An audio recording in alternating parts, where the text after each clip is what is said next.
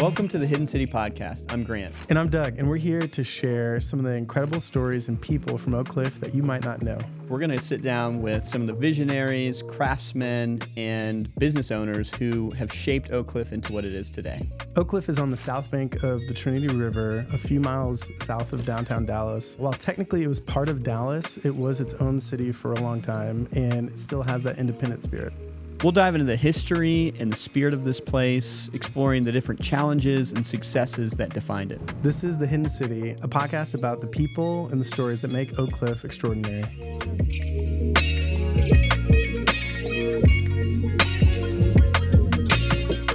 Welcome to this episode of the Hidden City Podcast. Today we are playing a Texas Talk, which is a lecture series that we have at Wax Space in the spring and the fall. And I picked one of my favorite talks from one of these previous seasons. It's one of my friends, Hance Taplin, who is the founder of By Way of Dallas, which is a streetwear fashion brand that's proudly made here in Dallas.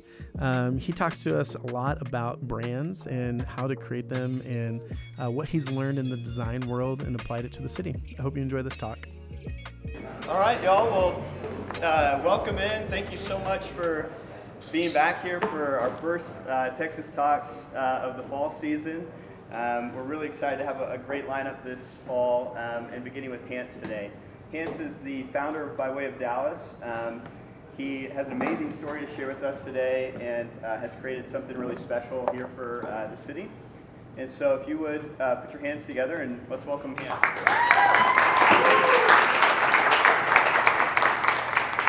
Thank you, sir. How are you guys doing today?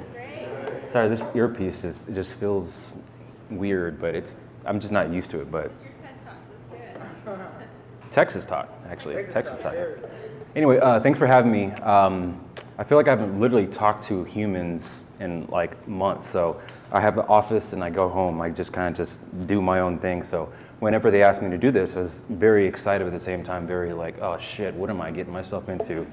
Do I know how to talk to people anymore? But this is actually really fun because I feel like naturally I like to tell stories and I like to share my story, but this, what I'm going to show you guys, isn't necessarily a structured type, this is what you do or this is what I've done. It's more like I created this last night at 10 p.m., so this is what you're going to get. But that's fun, you know, but it'll still be hopefully informal or you guys will understand what I'm talking about when you see it. Anyway, we'll start with a quick who the hell I am. My name is Hance, a chance without the C, and I am from Denver, Colorado. Despite this thing called By Way of Dallas, I was born and raised in Denver, Colorado. And I've never been skiing ever in my life, and I'm very proud of that. I think skiing is great, but it just was not for me. Actually, my coaches in high school sports, they wouldn't let us go in the foothills, but I've never been skiing.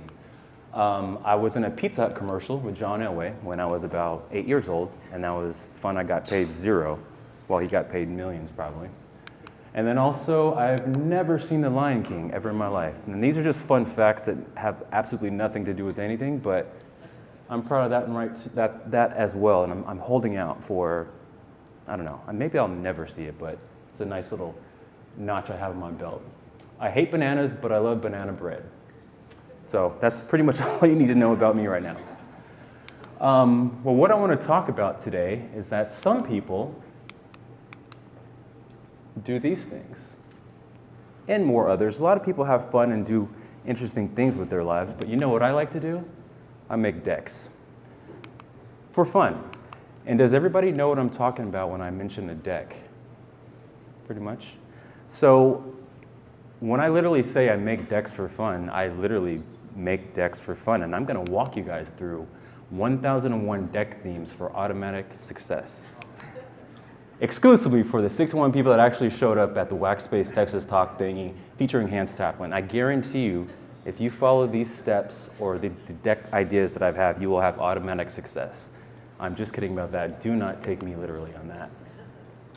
But before I move on, the reason why I spend a lot of time making decks is generally so I can prepare myself. And any idea that I have, I'm not a good person to like just write it down and like make a list. I take one idea and I take it to the very possible end of that idea. And it's an exercise that has helped me get to where I am and where I want to go, just by organizing and keeping things structured. Otherwise, I'm going to forget, but I'll take one idea and I will just keep shelling it out until I have this. I've spent 3 hours on a deck or so, and I'm like, why did I do this? I don't know, but I'll store it away. And so it's kind of like preparing for opportunities that haven't kind of happened yet, but it gives you that opportunity to present something just in case, spur of the moment, you meet with a potential partner. It's like, okay, we're talking about this. I have an idea in my deck bank for this. So there's just a long list of decks that I have. So I know we have about 2 hours today, so I think we'll be able to get through all 1001. I think we'll see. You ready? Okay. Okay, cool.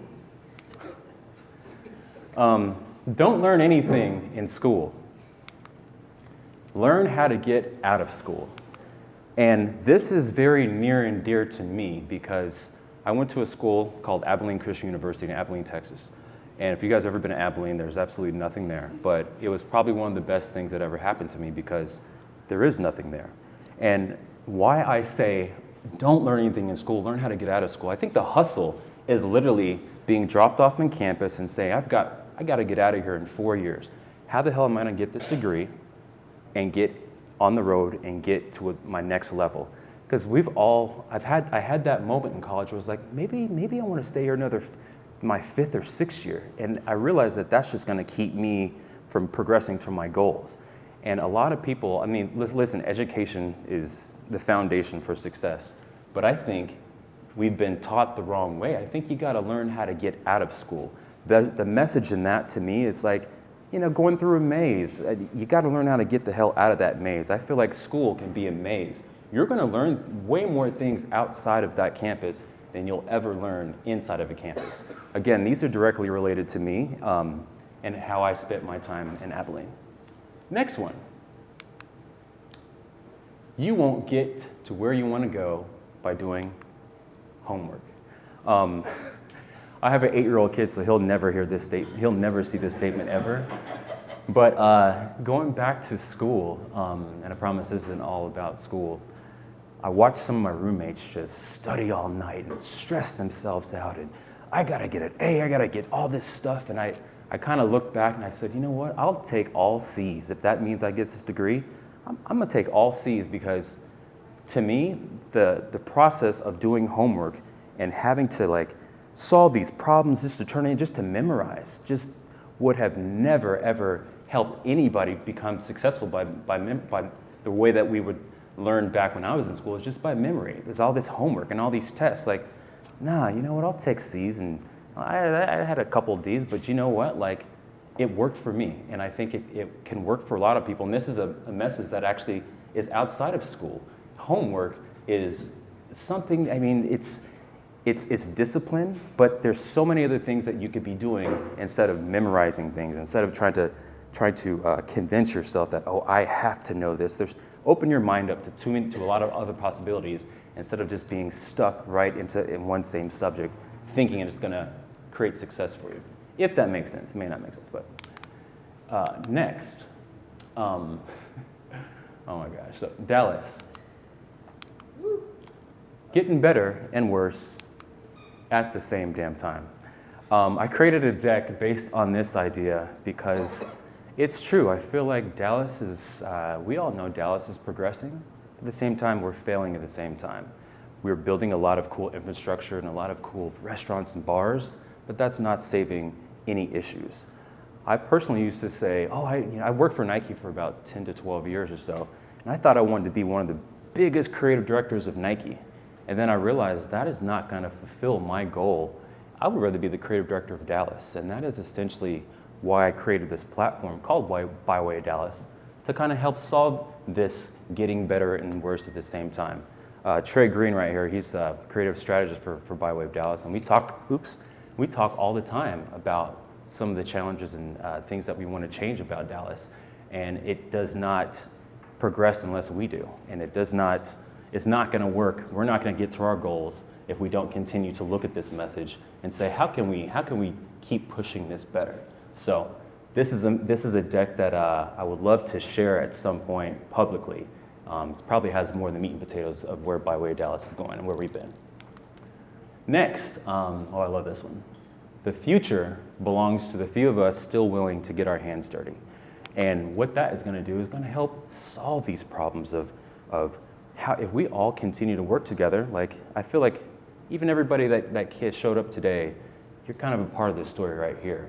It's Friday, it's 9 a.m., we could be doing other things and instead of listening to me ramble about these goofy topics, but it's the future literally belongs to the few of us still willing to get our hands dirty. I personally hate yard work. I cannot stand it. I hate mowing my lawn. I hate doing all that stuff, but I know I still have to get my hands dirty if I don't want my house to look like the goofiest house on the block. You just have to be willing to continue to get to that level and that point for your goal. Next, Frank Sinatra.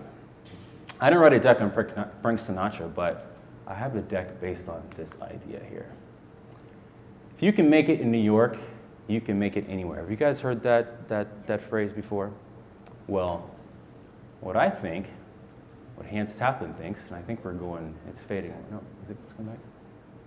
What Hance Taplin thinks is, if you can make it in Dallas, you can make it anywhere. And to me, what this means, and I lived in New York for about 2.5, 3 years, and and New York is great. The cities on the coast are incredible.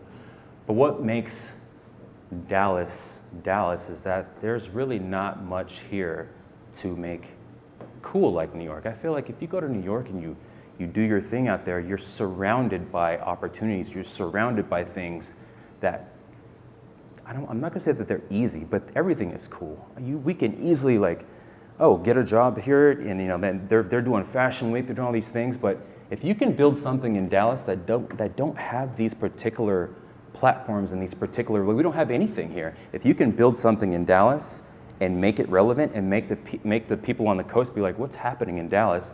That is the true mark of success. So I really believe if you can make it in Dallas, you can make it anywhere.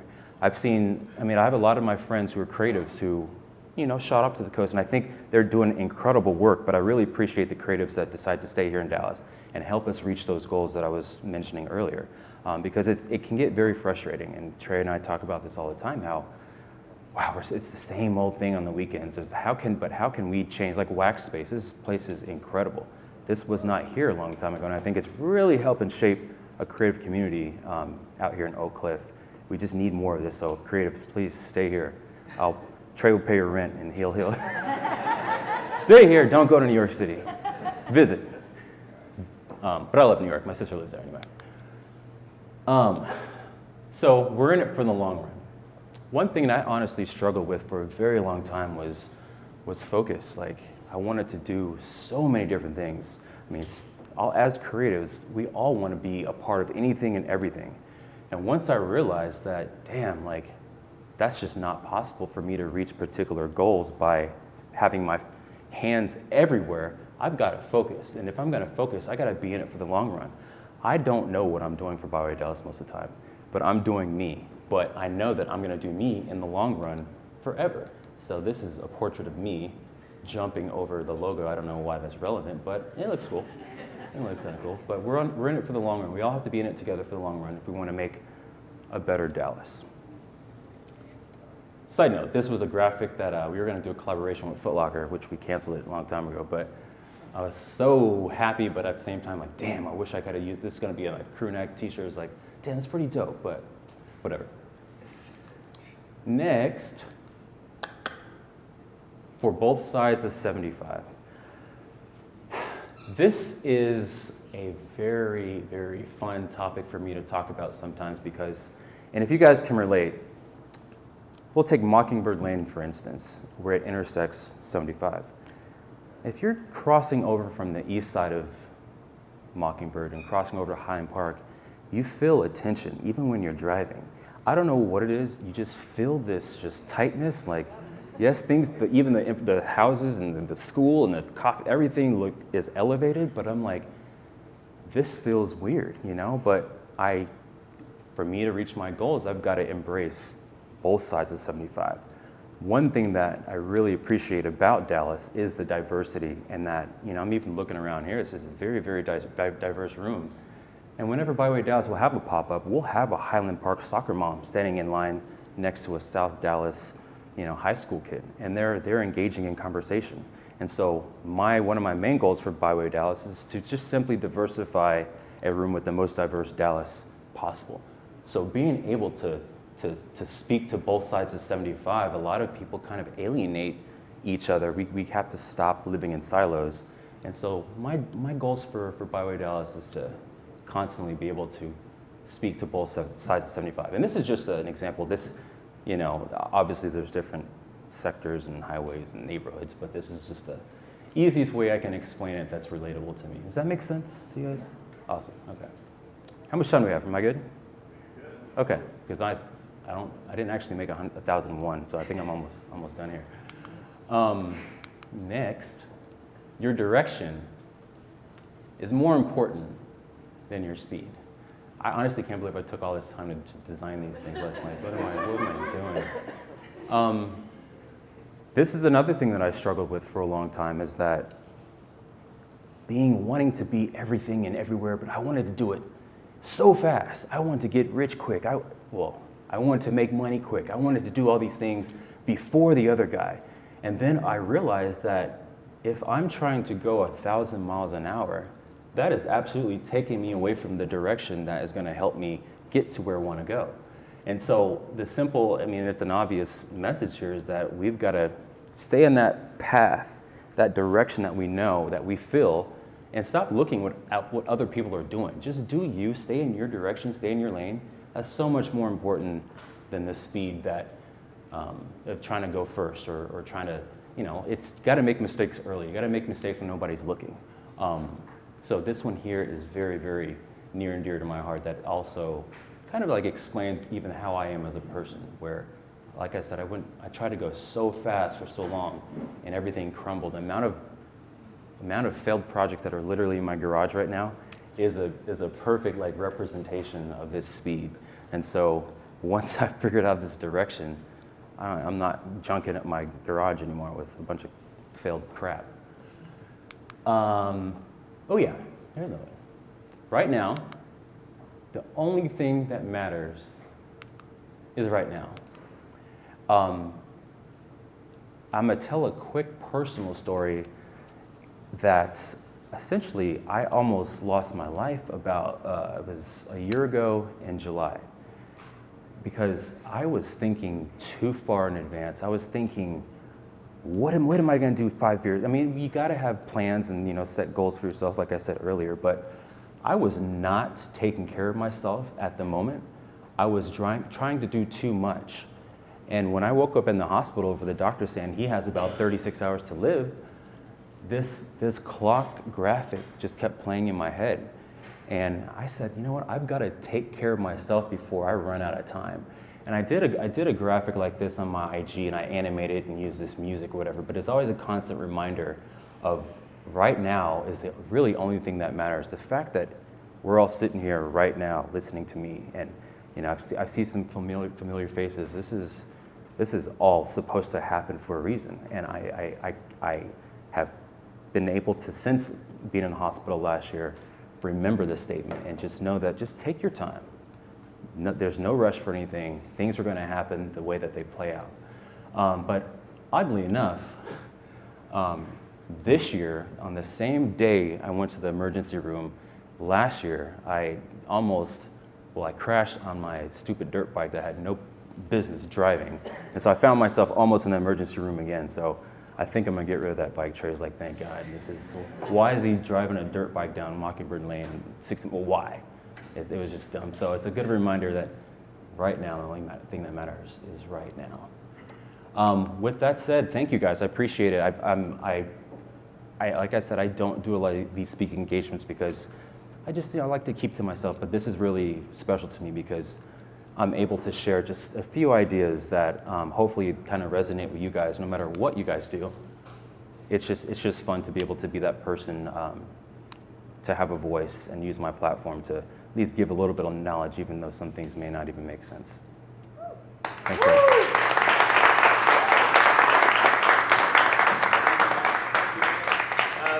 time for a few questions. If anybody has one, I'll let Hance call on you and you can go. Oh, yes. Hi. Hey. This might be like asking a fish, what does it feel like to be in the water? But you know cool. What is cool if what you say is true, don't look at what other people are doing, if you're not using a reference of what is the culture doing, what is trending right now, like how does one find the cool? That's my question. That's a great question. I was literally going to add that as a slide that I'm not trendy, but I'm very trend aware. I learned a long time ago, I don't give a shit about what anybody really thinks of me anymore. Like I purposely wear things and I present myself and make people like, who is this guy? Not because I want attention, because I absolutely hate attention, but it's because I got so tired of being wrapped up in status, and I knew if I just focused on just being Hance, then that was gonna be my cool. And if you can maintain being yourself, like Yessie, being Yessie, people will start to realize like, wow, this person is his own individual.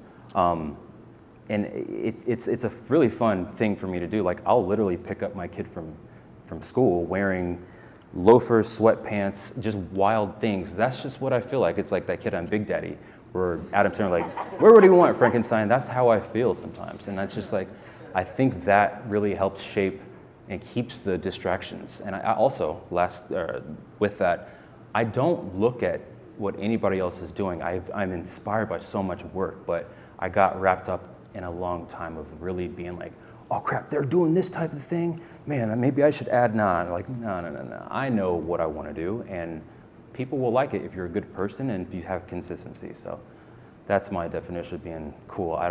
Thank you. I don't think I'm all that cool, but I appreciate that. Yes, sir. I have a lot of questions, but let's stick to maybe one, and maybe if there's more time, then I can always ask my other questions.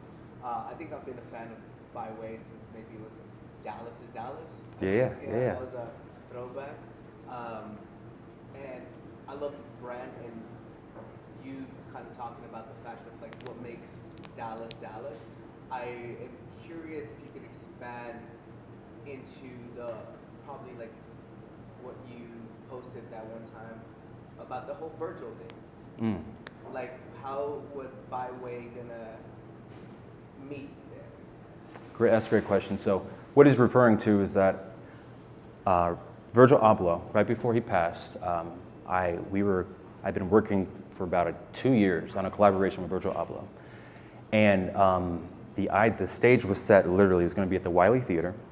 We had disposable cameras as the invites, so like, only way you got into this party is if you brought this disposable camera. We had made, and I literally called Fuji, like the phone number on the bottom of the disposable, and got on the phone with some guy in Europe, and he shot me to some guy in California. They're like, sure, we'll give you these. It was just wild. I was like, this is that easy, really?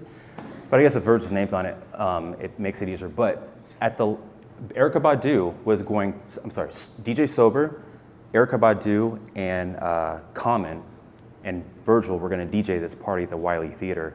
I'm not sure if you guys know much about the Wiley Theater, but it is downtown in the Arts District. It's a big silver cube thing, and it's one of the most incredible structures, I say damn near North America, because of the way that Rem Koolhaas had designed it to disrupt the theater.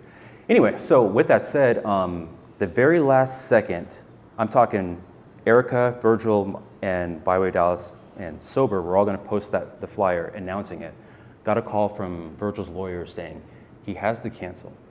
And at that moment, in our contract, that clause, it says that, we couldn't get any deposits back.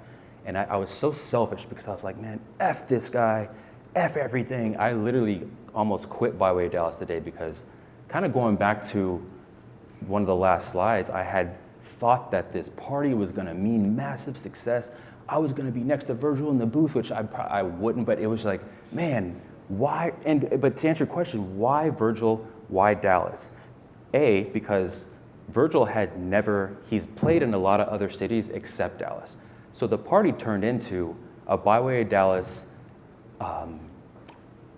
presentation to Virgil. featuring Erica and Sober. So we were welcoming and opening the city up for him in a very disruptive manner. I mean, I even designed an acrylic DJ booth about the size of this that had a box inside with neon lights and it had real grass, real sod. So my idea is like I literally wanted this guy when he came out of the green room to come up to the decks and be like, what in the hell? What is going on in Dallas?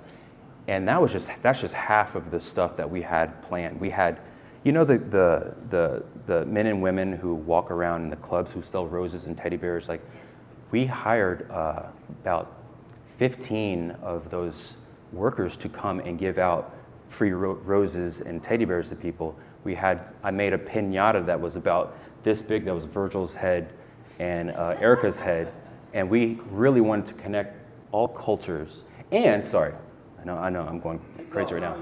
And also, one of my favorite things is that the tickets were supposed to be like $350 in the day.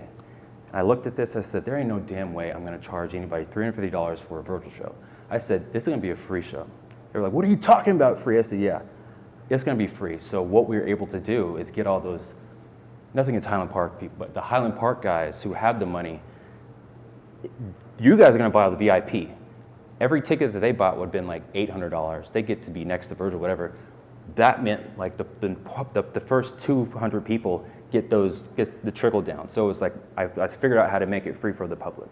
So we had thought of everything, and if you can imagine losing $150,000 in 2 minutes, and I wanted to quit everything. It wasn't about the money, it was more about, damn, I thought I was gonna be that guy, but I realized lawyers couldn't tell us, but at the end of the day, 6 months later, when Sean and his lawyer finally called and said, Hance, the reason why Virgil could not do this because he found out he got sick. And she said, and I saw it in an email, that the Byway Dallas collab was the most thing he was excited about.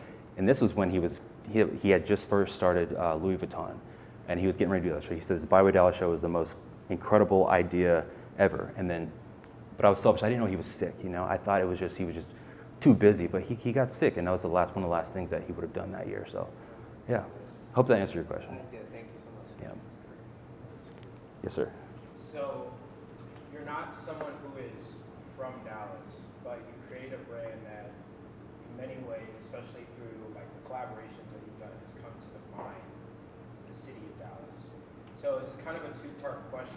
Number one, what was the moment that you decided that Dallas was it? And then number two, how do you view the city in such a way that you can create this space, this kind of like creative energy directed toward a city that, you know, you're not necessarily from, but you've taken on as part of who you are? Great question. I love that you asked that question. I'll keep this as simple as possible. After college, when I was actually heading to New York City because I thought I got my degree in design. I was like, gotta go to New York, but I stopped in Dallas by accident, kind of.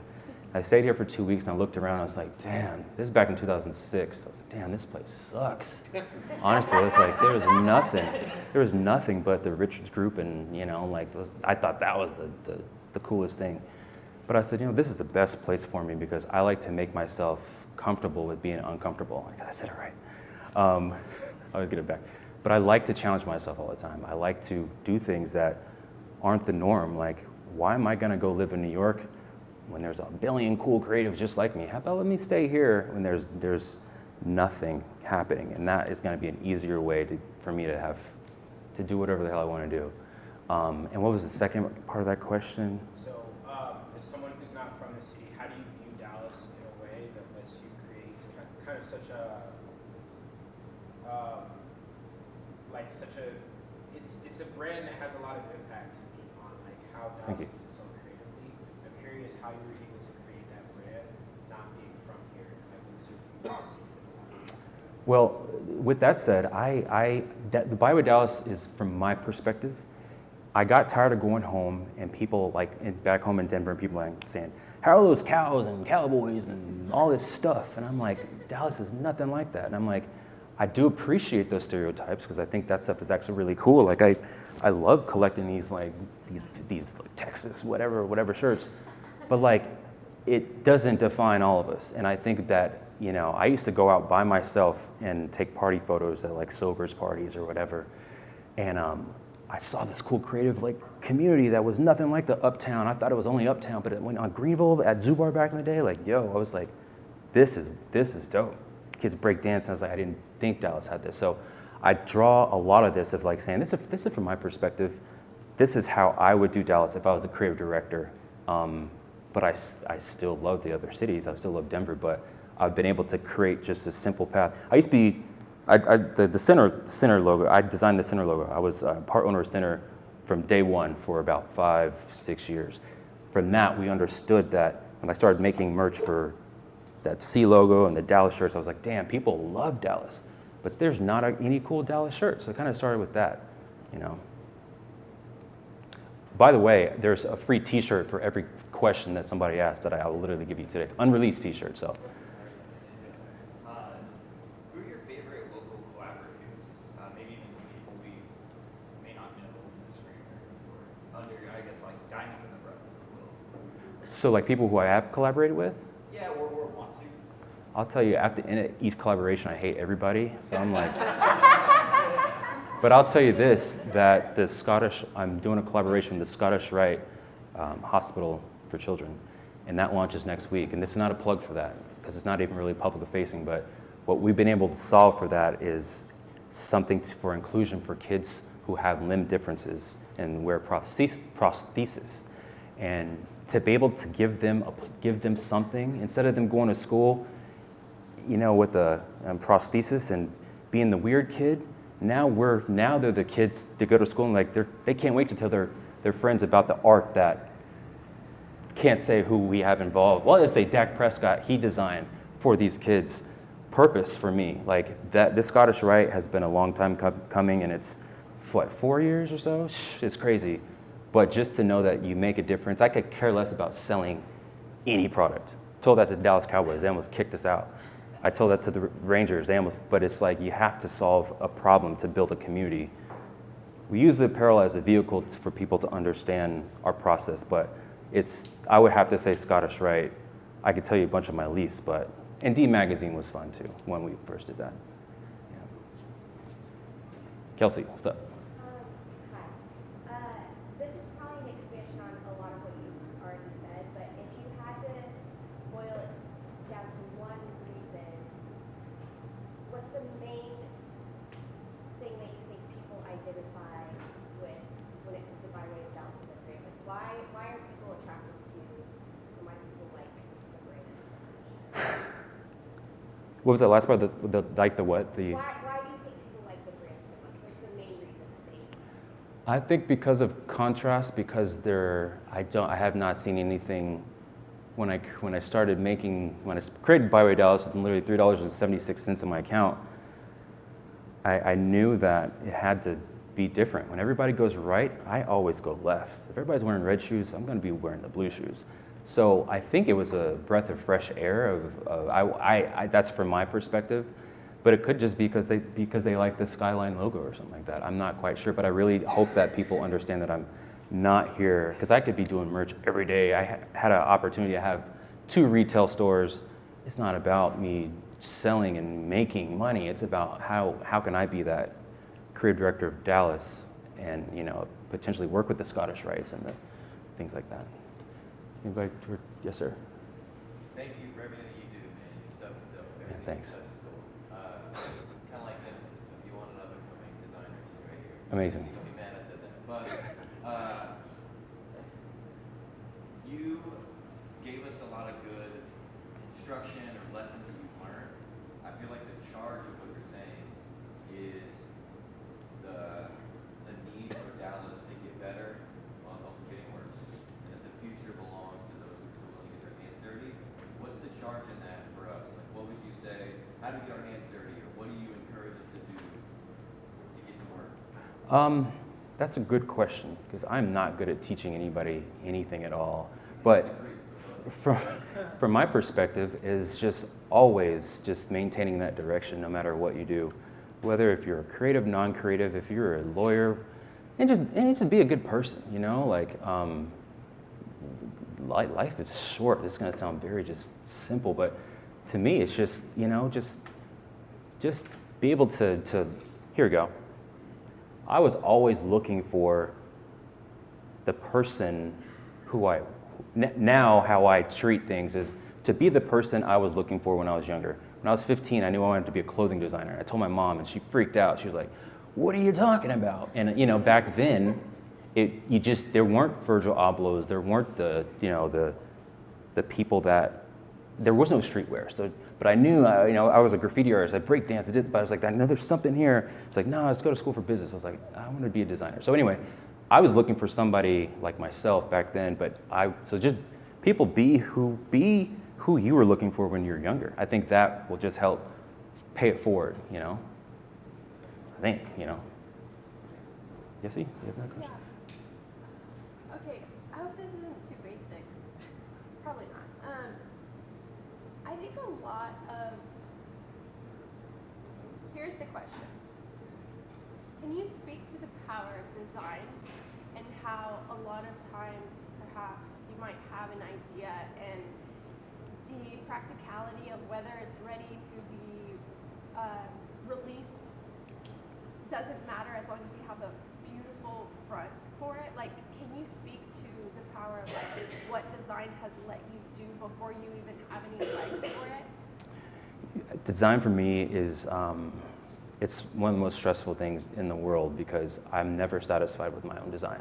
Like, the good thing I did this thing late last night because I was here this morning trying to tweak it. I was like, what am I doing? Who cares? It doesn't matter.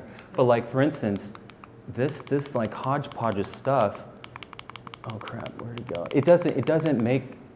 It makes sense, but from what I was taught is that white space, layout, structure, consistent typography, I took all that stuff and just threw it out the window.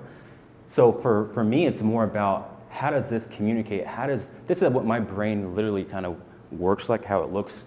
This is how I think, and it's all over the place most of the time. But it works, and I think it resonates because it isn't following those normal rules. And it's fun to kind of puke things out. I'm a maximalist, instead of the minimal, smaller. Nah, I'm gonna throw it all everywhere. Sometimes I like minimalism, but but it is important to get to a place where you kind of have to be satisfied because the viewer doesn't know, like they only know what they see. So it's like you're just battling yourself trying to get this right and get it perfect. It's just like a constant battle. But I'm like, who cares? It doesn't matter because I'm my own critic. Whatever I put out, it's gonna work for me, hopefully. Did that answer your question? Maybe. It answered a great deal. Yes. Cool. It's important to know. Can I answer that really quick? So obviously, Hance is a perfectionist, and so I battle with him a lot of times of your work is head and shoulders better than anybody that we can come in contact with, but he has such an eye for what he wants to see, So for any creative, I always try to tell him that it'll never be perfect, but what you're going to put out will be better than anybody can come close to.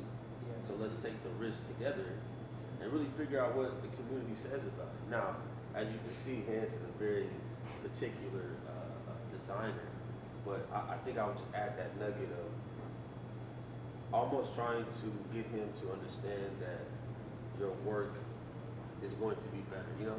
It's hard to explain beyond that, but I just wanted to add. Yeah, I've got this trumpet that I literally worked on for 3 years that I made it say Dallas, and it is incredible, and it will never probably. Don't say it. If you guys see this thing, but I'm like, I still gotta tweak it. 3 years maybe before but it's dope. It drives me crazy, but it's cool. 3 quick questions. We'll just be rapid, nothing too deep. Number 1, is there anything beyond the password on the website? Yeah. Number 2, what's up with the newsstand? How did that happen, right? And then number 3, are we ever going to see like the photos that we all took with the disposable? What photos? The ones that you were doing with the necklace with the disposable, the Kodak ones? I think you're like one of the only ones who got one of those. No, I took one. You gave it to me, but I'm like, I want to see the photos. Oh, you gave it back to me? Yeah. Damn, he's calling me out. I'll have to look for it. I want to see the photos. Sorry, I'm sure it's wrong. Second thing, that the newspaper box, that was just a dumb idea that I was probably looking somewhere and was like, damn, I remember those things.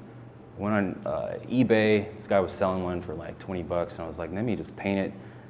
How can I utilize this to get people out of their house and come get some free stuff? So just a dumb idea. I created a deck out of that too, and it worked. And what was the first question? I'm sorry. Is there anything beyond the password? 'Cause everybody, I go like look at the thing. It's like, what's the password? I'm like, I don't know if there is a password. There is something beyond there, but nobody has the password.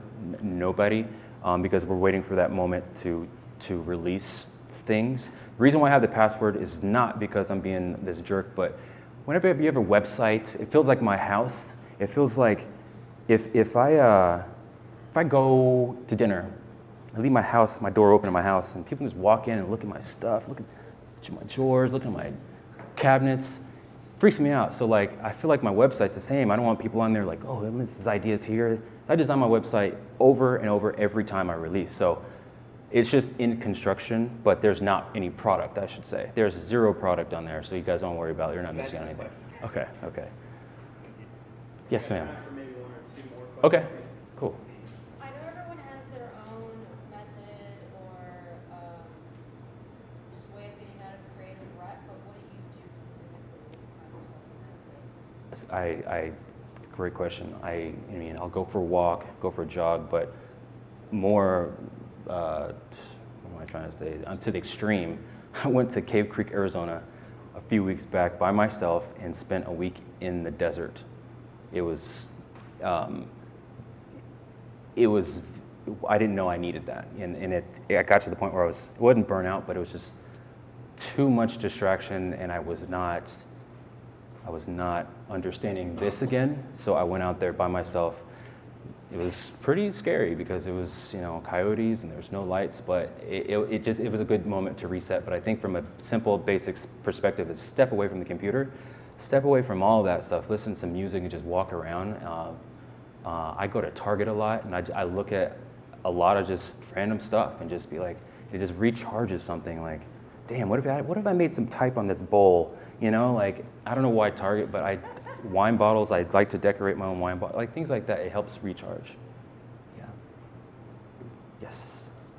What are some things that you tend to remind yourself whenever you veer off of your path, your direction? What's your way of kind of getting back onto what you're doing it for? Maybe some reminders or anything you kind of tend to keep in mind. Great question. I constantly think about my parents. My dad passed in 2009, and my mom almost passed a couple years after. Gracefully, she's still alive, but she has hard of hearing. But I think about the sacrifices that they went through. My mom grew up in Arkansas. Literally went to the school where they had the first busing protests in Little Rock, Arkansas.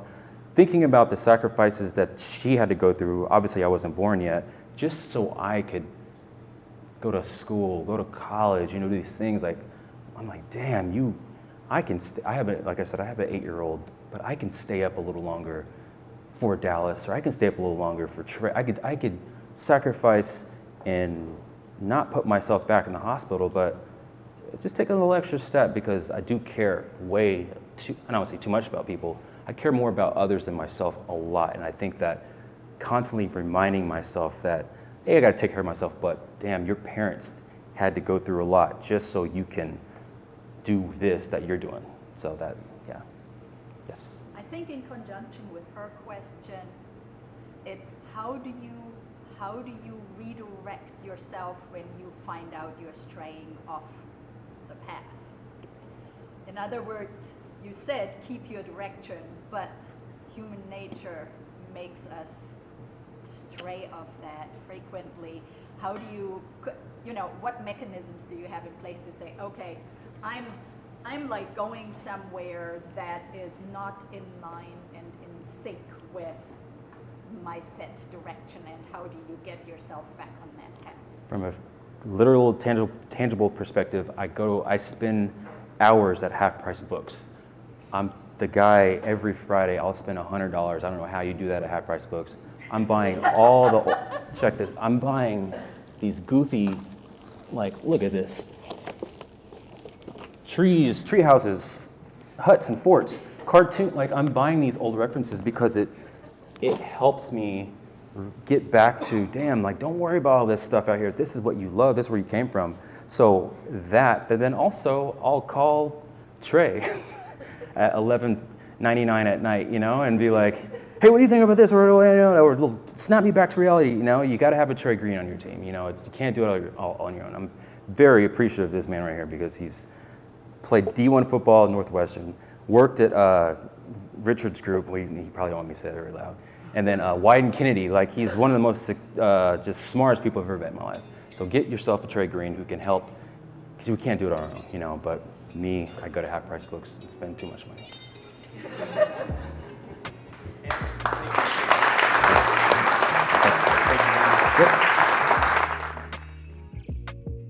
Hey, thanks for tuning in to this episode of The Hidden City. We hope you discovered something about Oak Cliff that you didn't know. If you enjoyed the show, I hope you subscribe to it on YouTube and then follow us on any of the podcasting platforms. Also, if you enjoyed it, please share with a friend, and thanks so much for tuning in.